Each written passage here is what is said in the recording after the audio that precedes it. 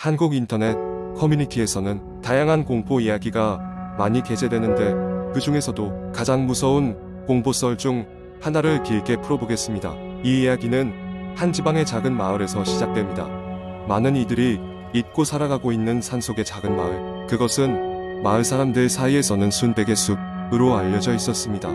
순백의 숲은 항상 옅은 안개에 뒤덮여 있었고 마을을 방문하는 이방인들은 그 안개 속에서 길을 잃는 일이 다반사였습니다. 주민들은 그 안개가 마을을 외부로부터 보호해주는 벽이라고 믿고 지내왔습니다. 어느 가을 도시에 살던 나 영수는 짧은 휴가를 맞아 할머니가 사시는 이 마을을 방문하게 되었습니다. 할머니는 손수 키운 채소와 과일로 만든 음식으로 나를 맞이해 주셨고 마을과 숲에 얽힌 여러 이야기를 들려주셨습니다. 그 중 하나가 바로 순백의 숲의 수호자에 대한 괴담이었습니다. 영수야, 숲에 들어가면 절대 그 수호자가 돌아다니는 아래는 숲 속 깊이 들어가면 안 된다. 만약 그를 마주친다면 넌 결코 돌아올 수 없을 거야. 할머니는 낮은 목소리로 경고하듯 말씀하셨습니다. 그 이야기를 들었을 때는 그저 전설일 뿐이라고 생각했습니다. 하지만 슬며시 호기심이 생긴 나는 숲을 한번 탐험해보고 싶었습니다. 다음 날 아침 할머니가 마을 장터에 가신 틈을 타 나는 숲으로 향했습니다. 숲은 말 그대로 그림 같은 장소였습니다. 안개가 자욱하게 끼어 있었고 바람에 흔들리는 나무에서 스산한 소리가 들려왔습니다.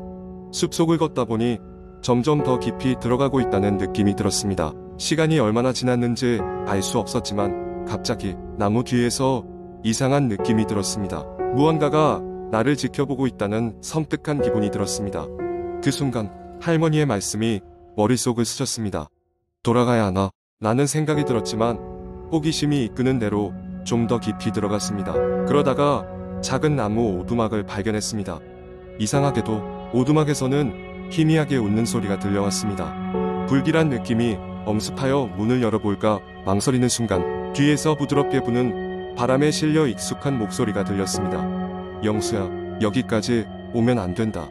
돌아보니 그곳에는 할머니가 서 계셨습니다. 그러나 그 순간 나는 알 수 있었습니다. 그분은 할머니가 아니었습니다. 눈빛이 너무나도 차가웠기에 할머니가 내뱉은 적 없는 차갑고 낮은 목소리였기 때문이었습니다. 공포에 질려 나는 그대로 도망쳤고 어떻게 마을로 돌아왔는지도 모를 만큼 정신이 없었습니다. 마을에 도착했을 때 할머니도 장터에서 돌아와 계셨습니다. 나는 숨을 헐떡이며 그분에게 들은 이야기를 모두 말씀드리자 할머니는 조용히 말했다. 영수야, 너에게는 무사히 돌아오라고 항상 기도했단다. 그 수호자는 방황하는 영혼들을 집으로 데려가는 존재야. 그 후로 나는 숲에 들어가는 것을 피했습니다. 시간이 지남에 따라 할머니의 말씀과 그날의 경험이 결국 내가 상상한 것이 아닐까 싶었고 그저 한낱 꿈이라고 여겼습니다. 하지만 때때로 꿈속에서 그날 그 숲의 나무들 사이에서 불어오던 바람의 그 시린 속삭임이 들려와 나를 괴롭히곤 합니다. 아마도 내가 알지 못하는 그 어떤 것이 아직도 나를 지켜보고 있는지도 모른다고 생각하며 나는 오늘도 그 숲에 대한 이야기를 아무에게도 하지 않습니다. 마을 사람들은 말하지 않아도 아는 것 같습니다. 이곳이 경외와 미신으로 지켜지는 이유 말입니다. 언젠가 다시 그 숲을 마주하게 될 날이 온다면 나는 진정으로 그 수호자가 무엇인지에 대한 답을 찾을 수 있을까요? 그러나 그런 날을 맞이하는 것이 두렵기도 합니다.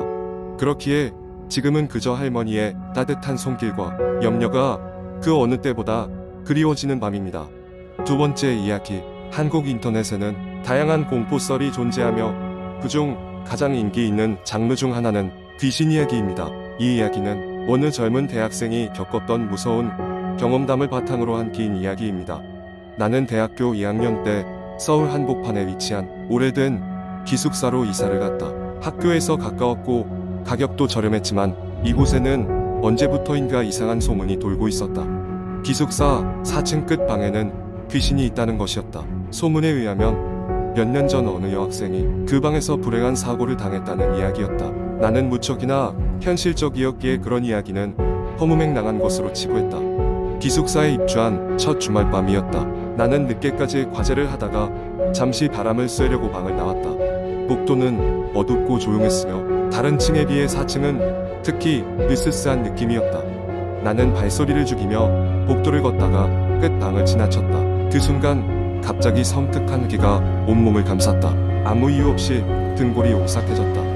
나는 불안한 마음으로 발걸음을 재촉하여 방으로 돌아왔다. 다음 날 아침 나는 걸음을 재촉하던 기억을 떠올리며 소름 끼침을 떨쳐내려야 했었다. 학교 수업에 집중하면서도 어제의 그 기이한 느낌이 자꾸 내 머릿속을 괴롭혔다. 며칠 후 나는 복도에서 마주친 이웃에게 그 방에 대한 소문의 진위를 물었다. 그는 눈을 휘둥그레뜨며 내 질문에 답을 피했다.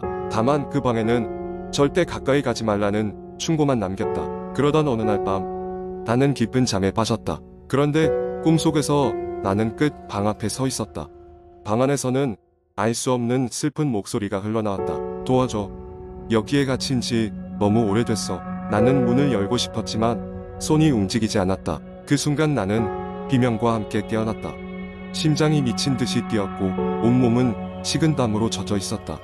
꿈이 너무나도 생생하게 느껴졌다. 몇 주 후 나와 친하게 지내던 같은 층의 친구가 방을 옮기게 되었다. 그는 밤마다 이상한 소리에 시달리며 잠을 설쳤다고 했다. 무엇인가 문을 긁는 소리, 발소리 그리고 아련한 음성이 그의 잠을 방해했다고 했다. 결국 그는 그곳을 견딜 수 없다고 판단하고 떠났다. 나는 더 이상 그곳에 머물 수 없다고 결심했다. 기숙사에서 무언가 나를 끌어당기고 있다는 이유 없는 두려움이 나를 압도했다. 나는 방을 빼고 학교 근처로 자취를 시작했다. 그 이후로 더 이상 기숙사에서의 악몽과 불안은 찾아오지 않았다. 하지만 가끔씩 그 기숙사 앞을 지나갈 때면 나는 섬뜩한 기분에 사로잡히곤 했다. 혹시나 하는 마음에 그 건물을 바라보면 여전히 그 방의 창문은 닫힌 채 흐릿하게 빛나고 있었다. 세월이 흐르고 기숙사 건물은 결국 재건축을 위해 철거되었지만 그 방에서의 기이한 경험은 아직도 내 기억 속에 생생히 남아있다. 그 방에는 정말로 그 소문 속 귀신이 있었던 걸까? 아니면 그저 상상 속의 이야기일 뿐이었을까? 답은 알 수 없지만 나는 그날 밤의 꿈과 그 목소리를 잊을 수 없다. 그저 오래된 벽 속에 갇힌 한 여인의 외로운 영혼을 추모할 뿐이다. 세 번째 이야기. 옛날 한국의 한 작은 마을에 영수라는 이름을 가진 소년이 살고 있었습니다. 영수는 언제나 호기심이 많고 모험을 좋아하는 소년이었습니다. 어느 날 방학을 맞아 마을 주변을 탐험하기로 결심한 영수는 친구들과 함께 뒷산에 있는 오래된 폐가를 방문하기로 했습니다.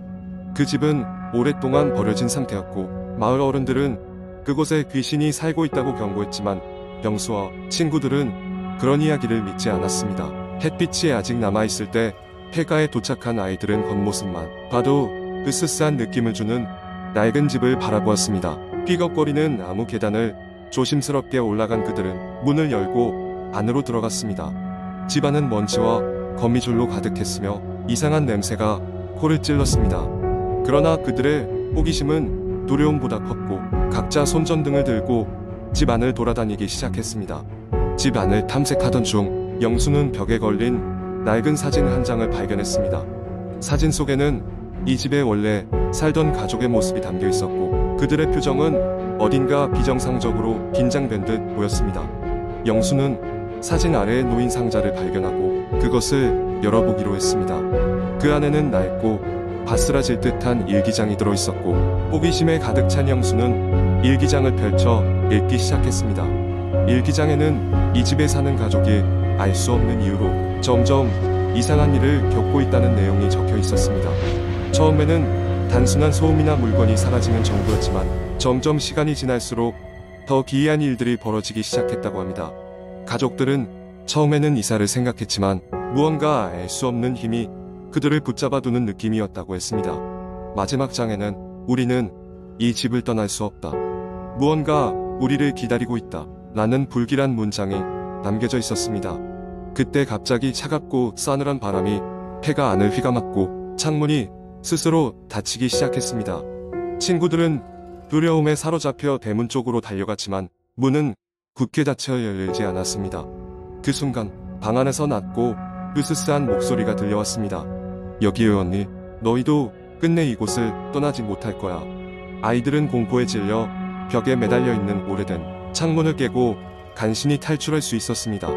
뒤돌아보니 폐가의 창문엔 아무도 없었습니다. 마을로 돌아온 후 아이들은 그날의 일을 어른들에게 이야기했지만 마을 사람들은 그저 아이들의 장난으로 치부했습니다. 그러나 그날부터 영수와 친구들은 절대 그 폐가 근처에도 가지 않았습니다. 그들의 경험담은 입에서 입으로 전해지며 마을 사람들 사이에서 오래된 폐가는 영원히 미스터리한 장소로 남았습니다. 많은 시간이 흐르고 저녁 노을이 질 때쯤 그 폐가 근처를 지나가면 아직도 그곳에는 알 수 없는 발소리와 낮게 울리는 목소리가 들려온다고 전해지고 있습니다.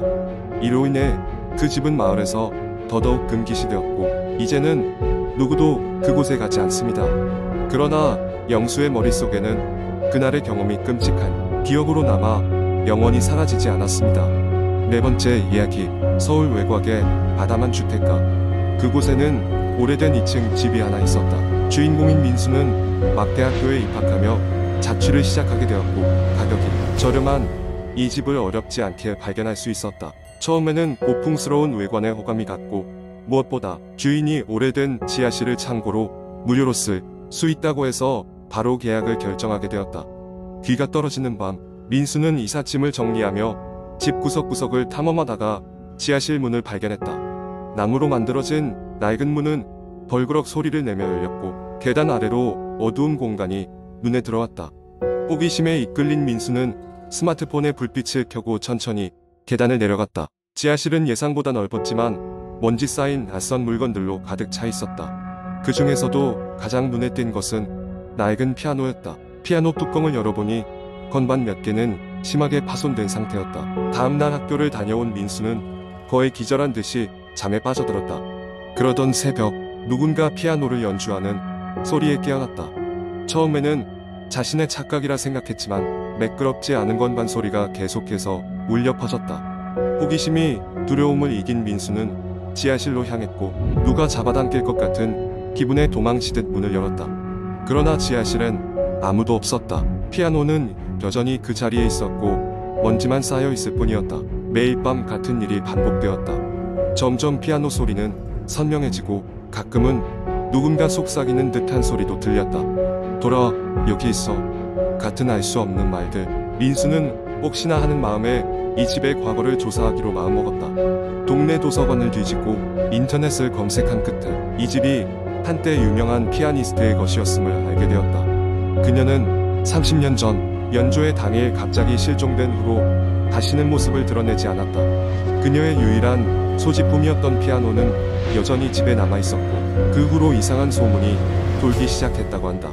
불안감에 지친 민수는 마침내 이사를 결심했다. 마지막 밤,